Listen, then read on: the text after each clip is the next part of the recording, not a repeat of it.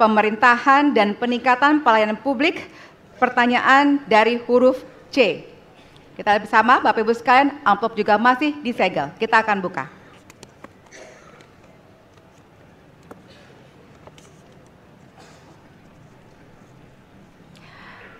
Indeks pelayanan publik di Indonesia stagnan.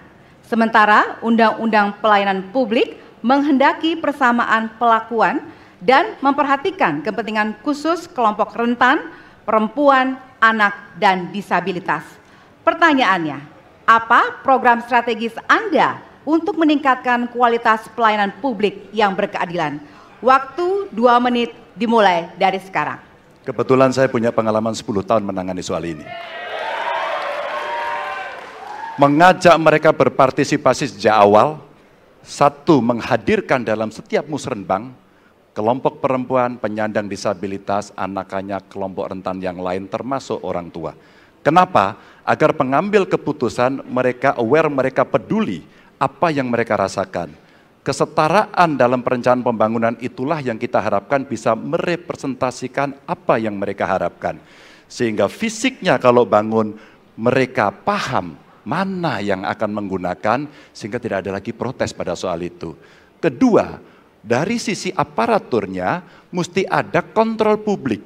Maka kalau saya membuat pengalaman kami membuat lapor GUP sebagai satu ruang komplain publik yang pemerintah nggak boleh baperan, pemerintah harus menerima seluruh masukan dan kritikan, inilah yang akan kita angkat menjadi government super apps. Sehingga ketika itu tidak berjalan, pemerintah tertinggilah yang harus kemudian mengambil alih itu, sehingga pelayanan akan bisa jauh lebih baik, sehingga kelompok-kelompok ini harus mendapatkan afirmasi. Pak Ganjar, masih ada waktu? Cukup. Baik. Cukup, baik, terima kasih. Ya, dan kami persilakan kepada calon presiden nomor urut 1 untuk menanggapi jawaban dari calon presiden nomor urut 3. Waktu Anda 1 menit dimulai dari sekarang, Pak. Prioritaskan pada pelayanan mereka yang rentan. 1, penyandang disabilitas. 2, perempuan, terutama ibu hamil. 3, anak-anak dan lansia. Itu prioritas. Kemudian pelayanannya.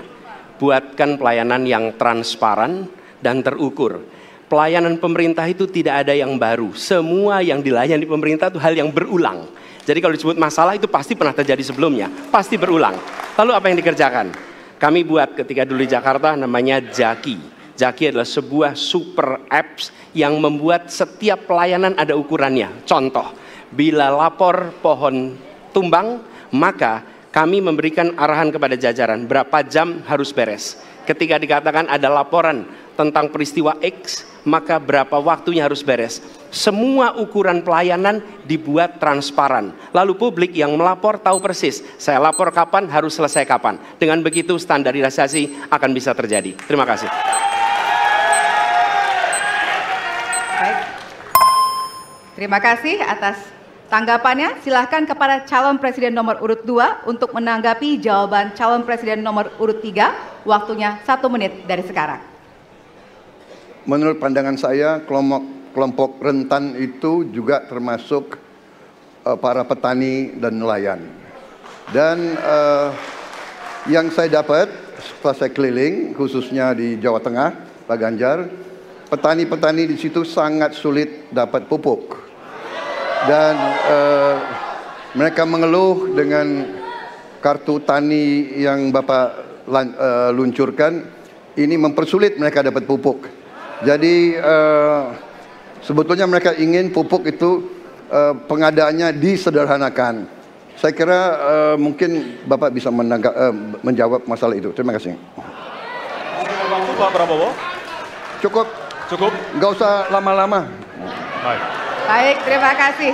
Dan selanjutnya kami persilakan kepada calon presiden nomor urut 3 untuk merespon tanggapan dari kedua calon presiden lainnya. Waktu Bapak 1 menit dimulai dari sekarang. Terima kasih. Jadi menggunakan teknologi yang disampaikan Mas Ani sudah betul. Rupanya kita sama pada soal itu. Tapi untuk Pak Prabowo saya harus mengingatkan Pak, pupuk langka terjadi di Papua Pak. Pupuk langka terjadi di Sumatera Utara Pak. Pupuk langka terjadi di NTT, NTB, Kalimantan Timur termasuk bensin.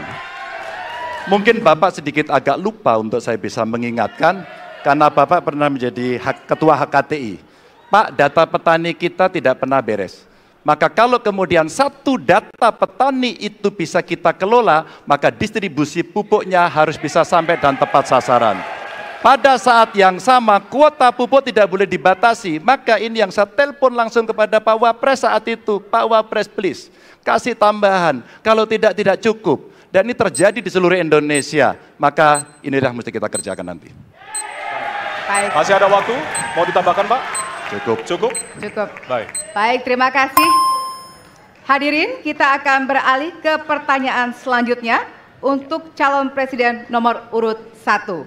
Kami persilakan kepada panelis Bapak Gun-Gun Herianto untuk mengambil subtema di fishball. Kami persilakan panelis.